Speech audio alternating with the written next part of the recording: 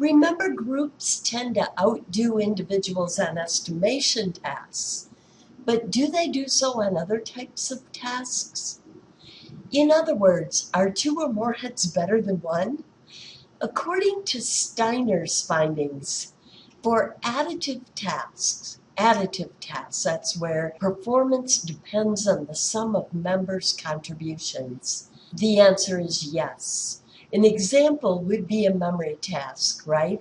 For a conjunctive task, where the group is only as strong as its weakest link, the answer is no. An example would be a hiking group that's limited by their slowest member. And for disjunctive tasks, where success depends on a breakthrough, the answer is yes. An example of this would be problem solving. Yet, even with additive and disjunctive tasks, groups can still fall prey to many biases. What can mess them up? Let's look at that. One factor is social loafing. In the 1970s, a New England pickle factory found themselves in, well, a pickle. As the company grew and hired more pickle packers, those who stuffed pickles into jars, the inspectors, shall we call them the pickle police, increasingly had to send jars back. The more they hired, the more jars had to be sent back because so many of them were packing pickles that were too small. They had been trained for this. Small pickles float and bob around unattractively, and they're supposed to select those out. Pickle packing productivity was proceeding poorly.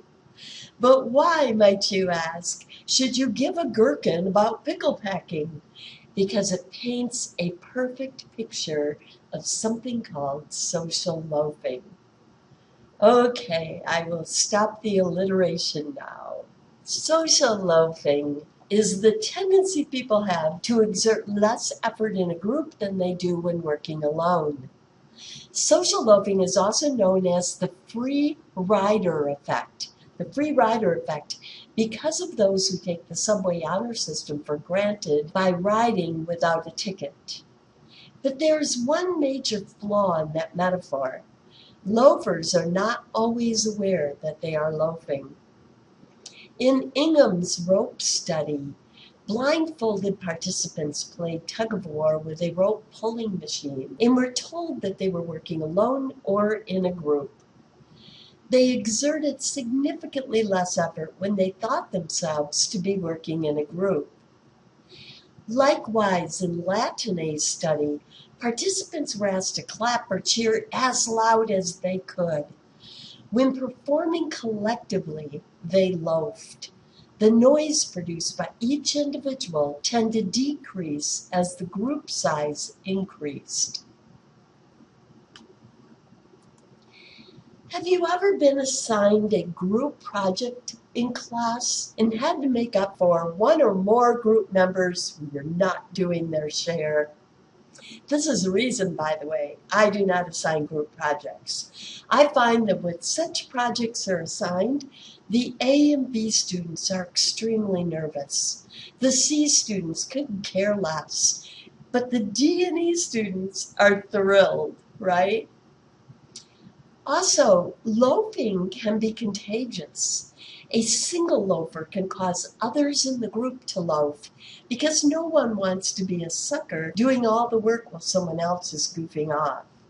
This tendency to also loaf because you don't want to feel like a sucker is called the sucker effect in social psychology.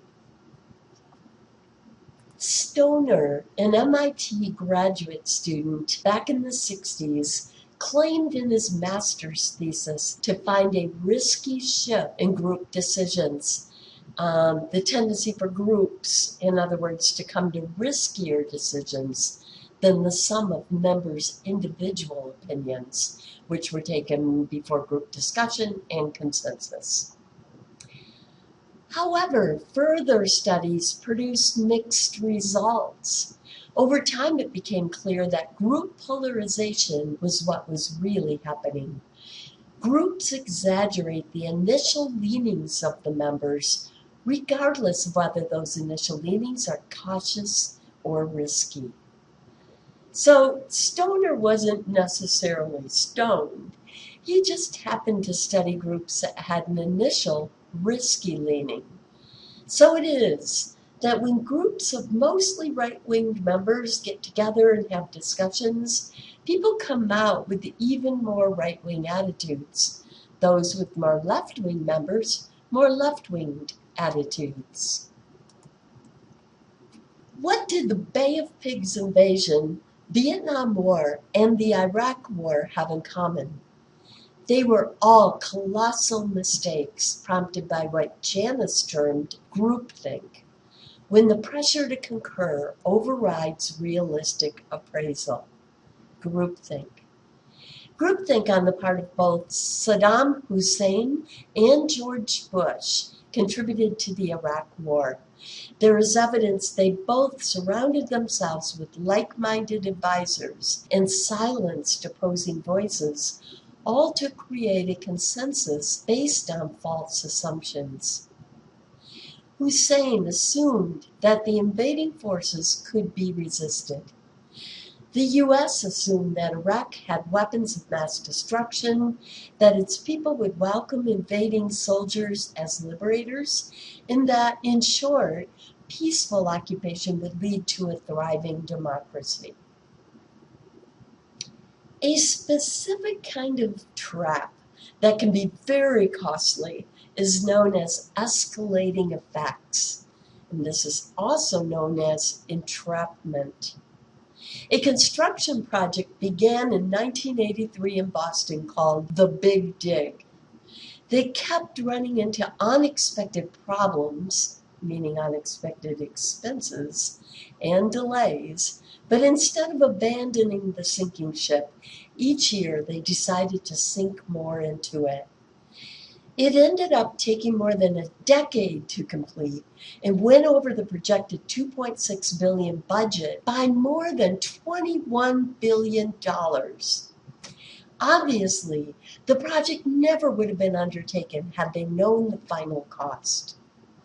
Escalating effects occur when commitment to a failing course of action is increased to justify prior investments. Groups are even more vulnerable, by the way, to this trap than individuals. Have you ever been in a group where the only opinions considered were those expressed by the few loudest individuals?